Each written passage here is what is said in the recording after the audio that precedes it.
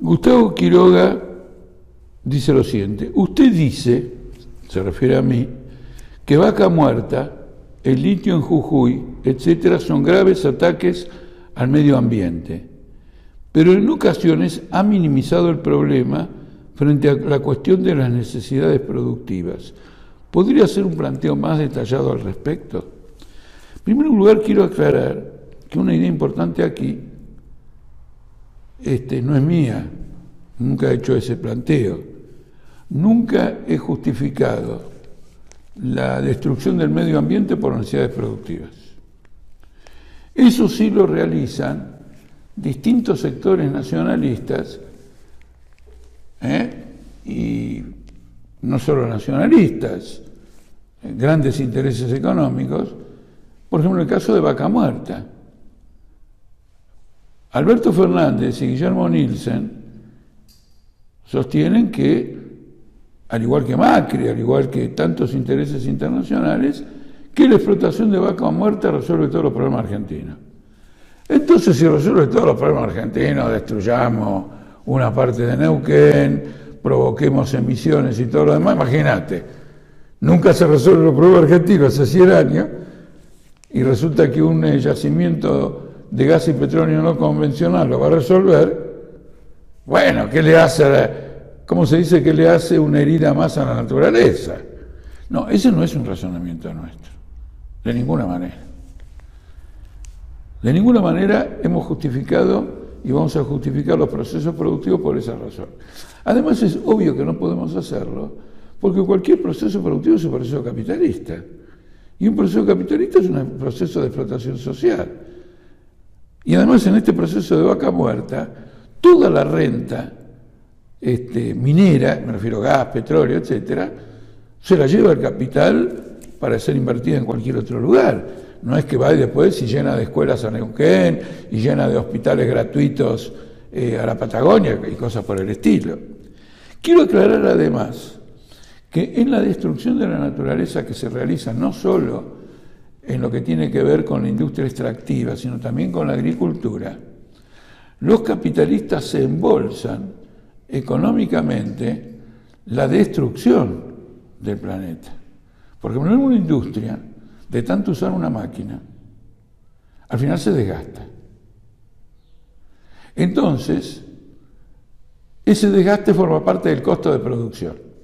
Aquí, el vaciamiento de un recurso que no es renovable no está computado como un costo económico.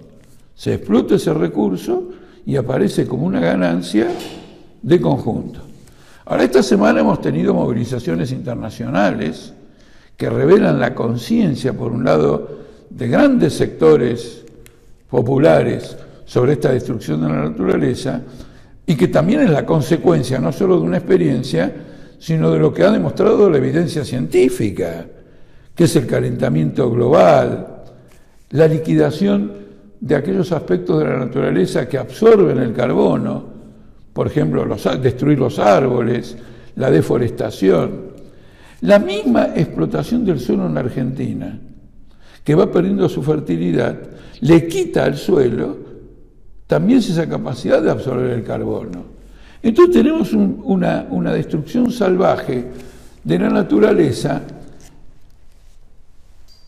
que es correcto denominarla de esta manera, porque bajo el capitalismo adquiere un nivel desconocido en el pasado, y cada vez la velocidad de esta destrucción es permanentemente mayor.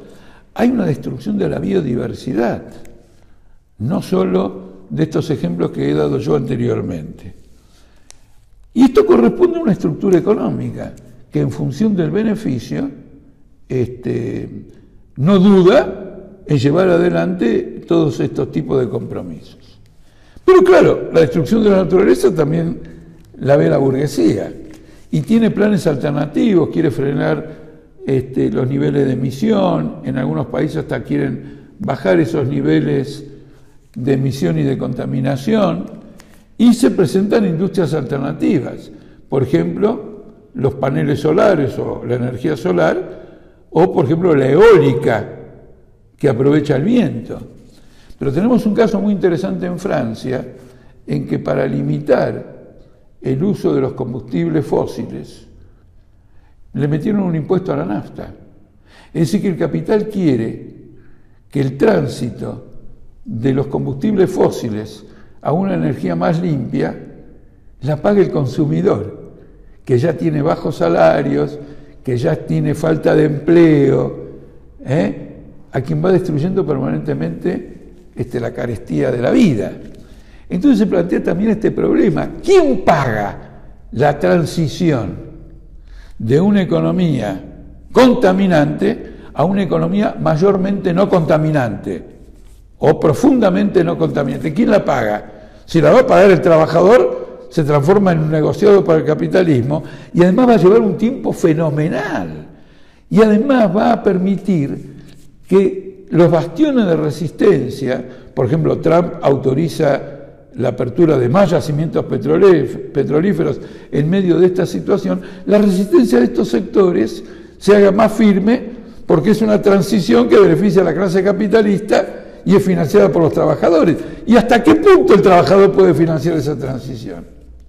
Por lo tanto, la abolición del sistema capitalista es una condición para un cambio radical del trabajo, de la preservación del medio ambiente, lo cual no significa que una organización transitoria socialista no deba tener un programa de medio ambiente, porque es un problema de la relación de las personas, el hombre, la mujer, que somos parte de la naturaleza con la naturaleza.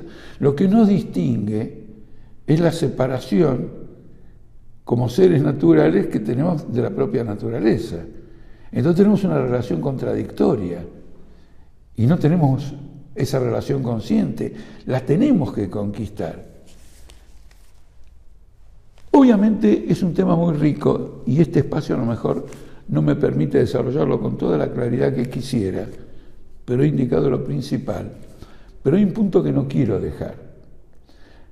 Ante la multiplicidad de inquietudes, ante la multiplicidad de iniciativas, marchas, huelgas, por reivindicaciones como cumplamos con el acuerdo de Kioto sobre reducción de emisiones, cumplamos con el acuerdo de París sobre emisiones a cargo del Estado, que acá, como en el feminismo, el Estado es responsable, ¿no es cierto? Y el capitalismo es responsable.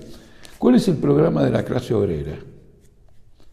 Y entonces una reivindicación política muy importante que la clase obrera ya ha experimentado, en el caso de la lucha contra la destrucción del medio ambiente por parte del capitalismo, se convierte en preciosa: el control obrero de la producción.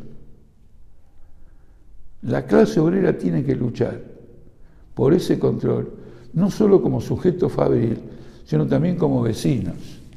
Yo voy con frecuencia a lugares muy contaminantes, por ejemplo, el control industrial de Rosario, la periferia de Rosario. Hay días que cuando me acerco a esa zona ya es irrespirable. Por lo tanto, los trabajadores que trabajan en ambientes insalubres sufren eso, y lo sufre todo el vecindario. Entonces el control obrero de la producción sería un arma para limitar el capital, pero también para desarrollar los instrumentos de la reconversión de ese capital, que la tiene que pagar el capital y la tiene que dirigir la clase obrera.